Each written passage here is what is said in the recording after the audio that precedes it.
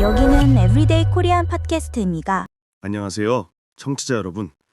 매일매일 여러분의 한국어 실력을 조금씩 높여드리는 에브리데이 코리안 팟캐스트의 지훈입니다. 안녕하세요. 여러분의 친절한 한국어 친구 소연이에요. 와, 지훈 씨 오늘 날씨 정말 춥지 않아요? 스튜디오에 들어오는데 코끝이 찡하더라고요. 맞아요. 이제 정말 겨울이 온 것 같습니다. 달력을 보니까 벌써 12월도 얼마 남지 않았어요. 소연 씨는 12월 하면 어떤 단어가 가장 먼저 떠오르나요? 저는 설렘이라는 단어가 생각나요. 추운 건 싫지만 거리에서 들리는 음악 소리나 반짝이는 조명들을 보면 왠지 모르게 기분이 좋아지거든요. 설렘이라 참 좋은 단어네요. 사실 12월은 끝이라는 느낌도 있지만 동시에 특별한 날들이 기다리고 있어서 설레기도 하죠. 그래서 오늘 우리는 연말의 시간과 크리스마스의 기억에 대해 이야기해 보려고 합니다. 와, 너무 좋아요. 저 할 이야기 진짜 많아요. 청취자 여러분도 따뜻한 차 한 잔 준비하시고 저희 이야기 들어보세요. 먼저 연말 분위기 이야기를 좀 해볼까요? 한국의 12월, 거리는 참 화려하죠. 백화점이나 카페 앞에 큰 트리가 생기고요. 맞아요. 저는 길거리에서 붕어빵이나 호떡 파는 냄새가 날 때, 아, 진짜 연말이구나 싶어요. 지은 씨는 연말에 보통 뭐 하세요? 바쁘시죠? 저는 시끄러운 곳보다는 조용한 곳을 좋아해서요. 친한 친구 몇 명이랑 맛있는 저녁을 먹거나 집에서 책을 정리하면서 보내요. 소연 씨는 친구들을 많이 만나나요? 네, 저는 12월 달력이 꽉 찼어요.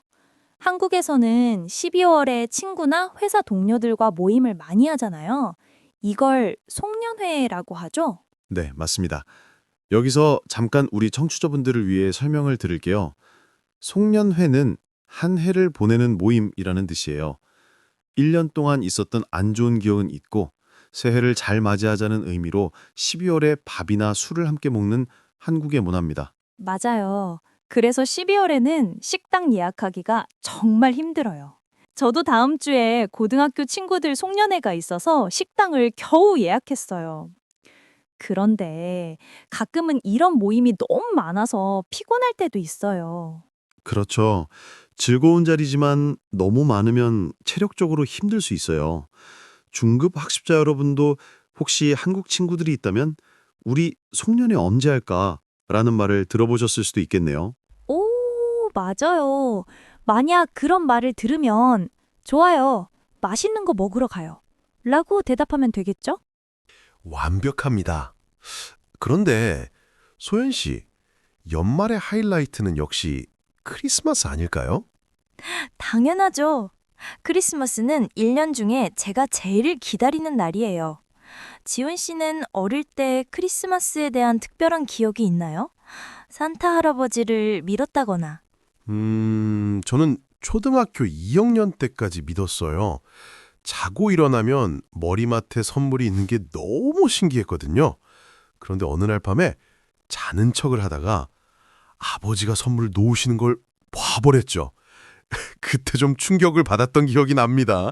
소연 씨는요? 아, 아버지였다니 동심이 깨졌네요. 저는 어릴 때 가족들이랑 다 같이 케이크를 만들었던 기억이 나요. 모양은 예쁘지 않았지만 생크림을 얼굴에 묻히면서 놀았던 게 정말 재미있었어요. 한국에서는 크리스마스에 꼭 케이크를 먹잖아요. 맞아요. 한국의 크리스마스 문화 중 하나가 바로 크리스마스 케이크죠.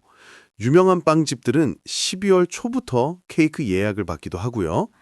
그리고 한국에서는 크리스마스가 가족보다는 연인을 위한 날이라는 인식이 좀 더 강한 것 같아요. 거리마다 커플들이 정말 많잖아요. 확실히 서양권 국가들과는 조금 다르죠. 서양에서는 가족과 함께 집에서 시간을 보내는 경우가 많은데 한국 젊은 층은 밖에서 데이트를 즐기는 날로 생각하니까요. 하지만 저는 요즘 집에서 쉬는 게 제일 좋더라고요. 에이, 지훈 씨 너무 재미없는 거 아니에요? 혹시 집에서 그 유명한 친구 케빈이랑 같이 보내시는 거 아니죠? 들켰네요. 맞습니다. 한국 사람이라면 누구나 아는 친구죠. 영화 나 홀로 집에 홈 언론의 주인공 케빈이요. 크리스마스 특선 영화로 항상 텔레비전에서 해주니까요. 저도 사실 약속 없는 크리스마스에는 케빈이랑 귤 까먹으면서 보내요. 그게 진짜 꿀맛이거든요. 이렇게 즐거운 연말이지만 한편으로는 마음 한구석이 조금 무거울 때도 있어요. 아, 올해 내가 계획한 걸 다 못 지켰는데 하는 아쉬움 때문이죠. 아, 맞아요. 저도 올해 초에 다이어트 하기, 영어 공부하기 다짐했는데 결국 다 못했어요. 달력을 보면 시간이 너무 빨리 간 것 같아서 속상해요. 우리 팟캐스트를 듣는 청취자 여러분도 비슷할 것 같아요. 올해 한국어 공부를 더 열심히 했어야 했는데 라고 생각하며 자책하는 분들이 계실지도 모릅니다. 여러분, 너무 걱정하지 마세요. 저도 매년 실패하지만 그래도 내년에 또 도전하거든요. 중요한 건 포기하지 않는 거잖아요. 소연 씨 말이 맞아요. 여기서 제가 작은 비유, 메타포를 하나 들어볼게요.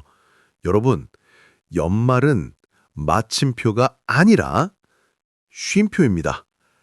오, 마침표가 아니라 쉼표다. 무슨 뜻인가요? 마침표는 문장을 끝내는 거잖아요. 하지만 쉼표는 잠시 쉬었다가 다음 말을 계속 이어가는 거죠. 12월은 모든 걸 끝내고 평가하는 시간이 아니라 내년을 위해 잠시 숨을 고르는 시간이라고 생각하면 좋겠어요. 와, 그 말 들으니까 마음이 훨씬 편해지는데요. 여러분 들으셨죠? 올해 한국어 실력이 생각만큼 늘지 않았다고 실망하지 마세요. 여러분은 지금 쉼표를 찍고 있는 중이니까요. 맞습니다. 그리고 지금 이 방송을 듣고 계신 것만으로도 여러분은 이미 충분히 잘하고 계신 겁니다. 꾸준함이 가장 강력한 무기니까요. 맞아요. 내년에도 저희랑 같이 재미있게 공부하면 되죠. 지훈 씨, 그럼 우리 청취자분들에게 연말을 잘 보내는 꿀팁 하나만 더 주실 수 있나요? 나에게 주는 선물을 준비해보면 어떨까요? 거창한 게 아니어도 돼요. 1년 동안 고생한 나를 위해 맛있는 케이크 한 조각을 사거나 따뜻한 목도리를 하나 사는 거죠. 그거 좋네요. 저는 오늘 집에 가는 길에 저를 위한 예쁜 다이어리를 하나 사야겠어요. 내년 계획을 예쁘게 적어보려고요. 자, 오늘은 연말의 시간과 크리스마스 기억에 대해 소연 씨와 이야기 나눠봤습니다. 벌써 마칠 시간이네요. 오늘 나온 중요한 내용들을 한번 정리해볼까요? 네, 오늘 우리는 한국의 연말 모임인 송년회에 대해 배웠고요. 한국에서는 크리스마스에 케이크를 먹는 문화가 있다는 이야기도 했어요. 그리고 연말은 끝이 아니라 잠시 쉬어가는 쉼표라는 비유도 기억해 주시면 좋겠습니다. 무엇보다 지난 1년 동안 한국어 공부를 포기하지 않은 여러분 자신을 칭찬해 주세요. 여러분, 이번 크리스마스 계획은 무엇인가요? 가족과 함께 보내시나요? 아니면 친구들과 파티를 하시나요? 혹시 저처럼 집에서 영화를 보실 계획인가요? 어떤 계획이든 좋습니다. 여러분이 댓글로 여러분만의 연말 계획이나 크리스마스 추억을 남겨주시면 저희가 꼭 읽어보겠습니다. 한국어로 짧게 남겨주셔도 좋아요. 네, 많이 남겨주세요. 여러분, 감기 조심하시고요. 따뜻하고 행복한 연말 보내시길 바래요.